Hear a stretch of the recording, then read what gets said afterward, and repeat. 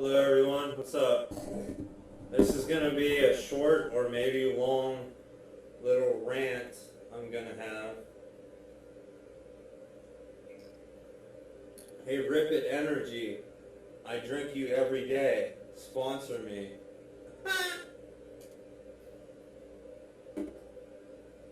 Also, cigarettes. I hope this video isn't going to be all choppy the way I'm fucking seeing it right now. Anywho, as many of you can tell, the world is going crazy. And you have to understand how things got to be this way.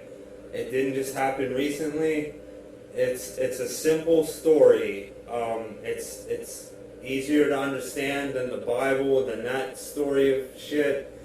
Well, I mean, there's some good in it. But about 10,000 years ago, one group of people started living a particular way. They started a style of farming called totalitarian agriculture. With that style of farming, they were able to stay in one place. It gave them an unlimited food supply, so their population was able to just explode. It also created a caste system, a class system, because they put the food under lock and key. This had never been done before. For millions of years, humans lived as humans were meant to live, in tribes, with the earth, hand to mouth, hunting and gathering, never taking more than they could need. Then this one group started what grew to what we have now. Civilization. They started our civilization, and with their unlimited food supply, their population grew, and they needed more land to support their population explosion. So as they grew and were able to outnumber the groups of people around them, they either forced them to join their new way of life or they killed them off. Okay? You can look at the Bible story of Cain and Abel. Cain and Abel is not two people, it's a metaphor for two different societies, two different groups of people, the Canaanites and the Abel people.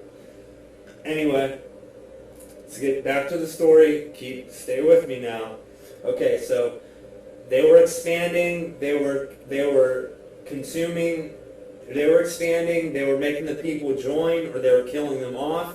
If you look at what happened to the Native Americans, that's east to how we went from east the whole way out to west, manifest destiny, and how we wiped out the tribal peoples or forced them to join us. You can see now they have casinos and they live on their little chunks of land, and they're all fucked up. They're not even Indians anymore. They're this weird civilized type creature. Anyway, our culture started about 10,000 years ago. They expanded, and now that from that birth, they have taken over the entire earth. Okay? The East, the West are twins of the same cultural birth. You know it's the same culture and civilization because you know you're in our culture when you go somewhere and food is under lock and key, where it requires money for you to get food, where food is not just given out. Because there are still sparse tribal peoples who weren't affected by us in this 10,000 year march. They were left alone. You can still see them today. There's still tribes in Africa, in Australia, in the Guinea people, and there's still tribes living as we were supposed to live, as nature intended us to live, in tribes as bees were intended to live in pods, or hives, whales were intended to live in pods, wolves were intended to live in packs, and humans were intended to live in tribes, okay? But that one culture started this way of life that we see today. So, here's the problem. As every year since our culture started 10,000 years ago, we've increased food production. And every year we increase the food, and every year our population increases to what we have now, 7-8 billion people on the planet. And we're getting to a point where it's going to be unsustainable, to where the earth literally will not sustain all of us on it. We will see food crises and famines, and there's going to be a lot of bad things that happen. But here's the silver lining. Here's the good news. Here's the story that you need to enact. Not the story of, oh, it was Adam and Eve and God created everything in 7 days and da-da-da-da-da. That's a philosophy. It's not to be taken literally, okay? It was written by people who weren't as advanced as we are and didn't have as a whole grasp of the world and functions of the world and universe that we have, okay? But here's the good part. We are now at the tipping point where we're either going to get beyond this cultured civilization, this capitalized civilization that we're all part of, that we were all born into. We're either going to stop living this way and create a new way of life that is beyond civilization. Or we're going to keep going this way and it's unsustainable, and we're going to keep going this way, and eventually within 100 years or so, we're literally going to be extinct if we don't start living differently. For examples, because no one knows exactly what this new way of life is going to look like, it's up to us to follow our genius to figure out what this new way of life is going to be. But you can look to things like the homeless people. They are a counterculture. They are beyond civilization. They live without money most of the time, and they're still fed. They take refuge under bridges, and sometimes they find shelter if they want to be in shelter. That's something good. We need to be fostering this. We don't need to be making their lives harder and trying to force them back into this civilization. We need to congratulate them and say, yes, you are doing something good. I like your ways. The hippies of the 60s, 70s, they tune in, drop out, peace, love, music, maybe a little weed here and there. I mean, everybody knows it's not harmful. It's going to be legal, as are all other drugs going to be legal. Because that's a whole nother section of information that I haven't got to yet. But anyway, getting beyond civilization, finding a new way of life. I have a proposal called Tribalism 2.0, Beyond Civilization, to where we would live somewhat communally. All communities everybody would know each other, and everybody would have a place, and everybody would have a function. Whether you're an artist, whether you're a food maker, whether you're a car maker or a car repairman, the children, what will happen with them instead of this daycare system that just stunts their creativity and forces them into squares and forces them into the machine, forces them to be capitalized pigs. Instead of putting them through that, they will apprentice whatever their interest happens to be. If they want to make music, then they will get an apprenticeship in a music studio. We will slowly stop using money. And the way we could do that is we could all be put on Social Security and welfare. And then once we realize it's just a stupid sham, that money is just slavery with a few extra steps, once everybody understands that and stops accepting the Federal Reserve's counterfeit, we will just do away with it, and then we will have social connections, social networks and social connections put in place that will allow us to get what we need and what we want. Food, shelter, clothing, toys, computers, internet, whatever we want. We will have social networks to get these things. And another good thing with the production of goods, instead of just making these giant surpluses of things, using up resources we don't have, and using planned obsolescence, to where a machine is built with certain functions that are meant to break down after a few years, so you have to buy another one. Well, we'll phase that out completely. So you get a computer, it's going to last you 20 years, maybe more. We'll stop wars. If everybody is fed, clothed, and sheltered, crime will go down. because people will have what they need, so they won't have to, say, rob a bank, put a gun to somebody's head and steal their money because they're trying to feed their kids. They won't have to go to extremes like that because we will put in place social networks for everybody to get what they need. Everybody's on Facebook. That's your group. Start thinking of how you guys can start being proactive in your communities, planting gardens, just being more human, looking at examples of how we live tribally mixed with the art and technology and science of civilization, but more with tribal lessons. We can't go back to living tribally. There's not enough resources. We couldn't just go back to be... I mean, some people wander the country and hitchhike and are basically nomads, but I mean, we can't all do that because there just ain't enough resources anymore. We've wiped out too many forests. That's another thing. So many species have gone extinct as a direct result of our culture's civilization, which, remember, taking you back, started 10,000 years ago when one group of people started living how we are living, and they forced everybody on the planet to live this way, and then everybody's just born into it. And here is another part that should burn you up pretty good and piss you off. Okay, built into our civilization is a hierarchy, okay? You've heard of the 1%, you know about the people on top. Built into, as a function of our civilization, there is a hierarchy where there is a ruling class, there is somewhat of a middle class, and then there is an underclass. The people on top have most of everything and have the nicest of everything, and you know them. And then there's the middle people who sort of have everything, who are comfortable, they would say. And then there's the working poor who are just getting by, check to check. That is the majority of people.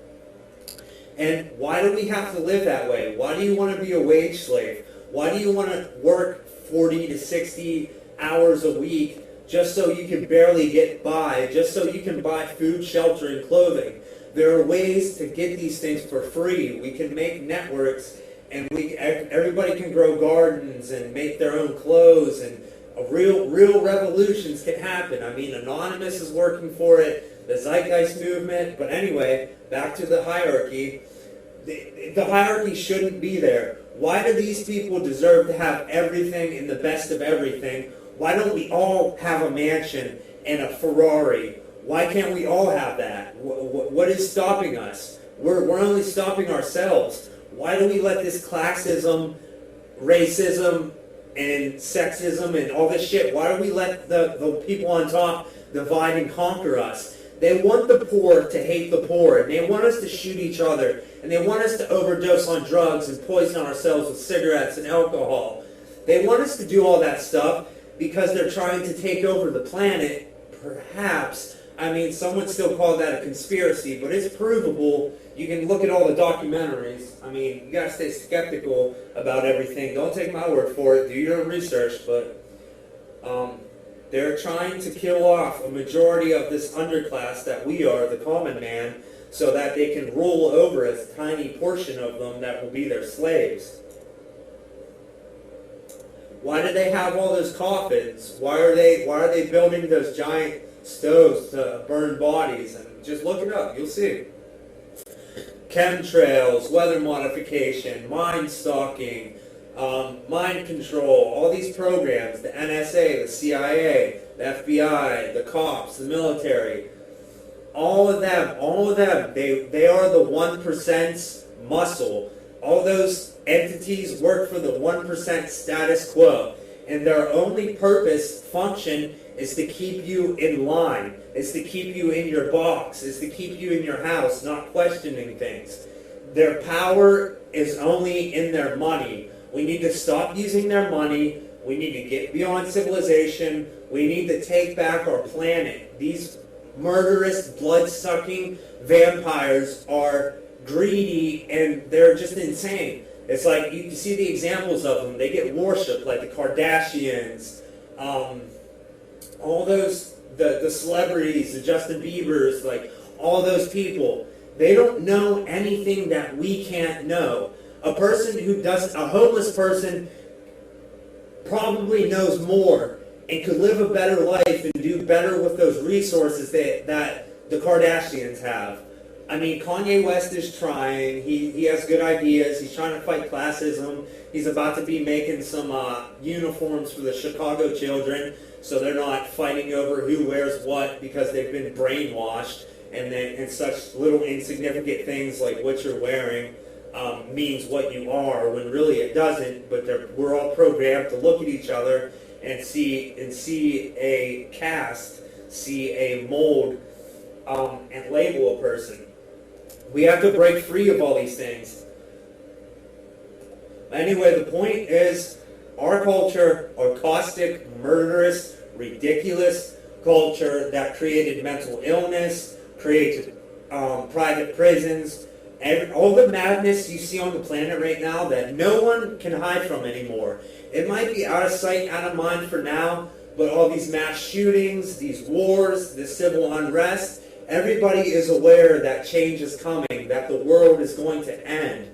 But it doesn't have to end in a biblical sense with wars and violence. It can be a peaceful ending where we all just surrender and come out of our houses and say, hey, this is it. We're banding together. We're pausing our community. You can still keep the assets you have now. If you have a house and possessions now, it's not like you're going to lose everything. You're going to get more of what you need easier, just because we're going to decide it's going to be that way. Why can't we? What is stopping us? What is stopping you? Your money. You're worried about how much money you have and what your social status is. Well, guess what? We're all humans, and we're all on this earth, and it's finite. It has a limited amount of resources. We have to rearrange ourselves so we can start living healthier lives. All the anxiety people have, all the depression, all the people killing themselves because this way of life is so fucking horrible. We need to end civilization. We need to end the world as it stands now, and within a few generations transition to a peaceful, beyond civilization way of life. Now, there's millions of us working on this. Just, if you're young, just stay alert.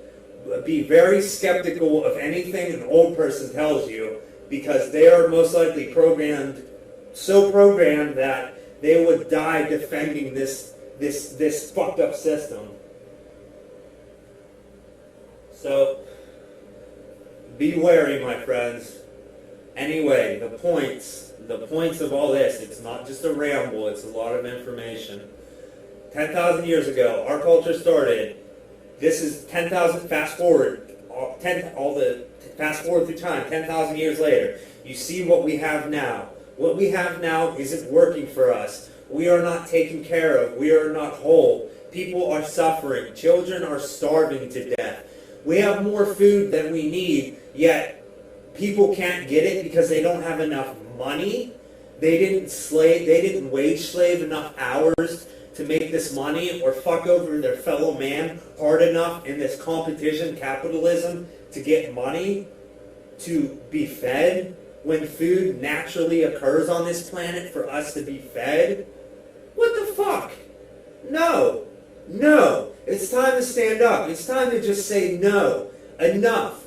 You young people, you kids, understand this. Right now they're trying to brainwash you and mold you into wage slaves. They send you to school. They force you to learn their fake history. They don't tell you about our culture starting 10,000 years ago with one way of life, with one group of people, and slowly expanding across the planet. They don't tell you it that way because they don't want you to understand it that way. They don't want you to know what tribal people were and what tribal people are. They just want you to dismiss them as savages. They want you to think that civilized man is what we are supposed to be, that we're supposed to be fighting wars, we're supposed to be competing with each other for money. That's not true. Don't believe it. Don't believe it. And be peaceful. Just armor your minds. Just be skeptical. Be a philosopher. Be a deep person. Don't just say, oh, this doesn't affect me, because it does affect you. How do you want to live your life?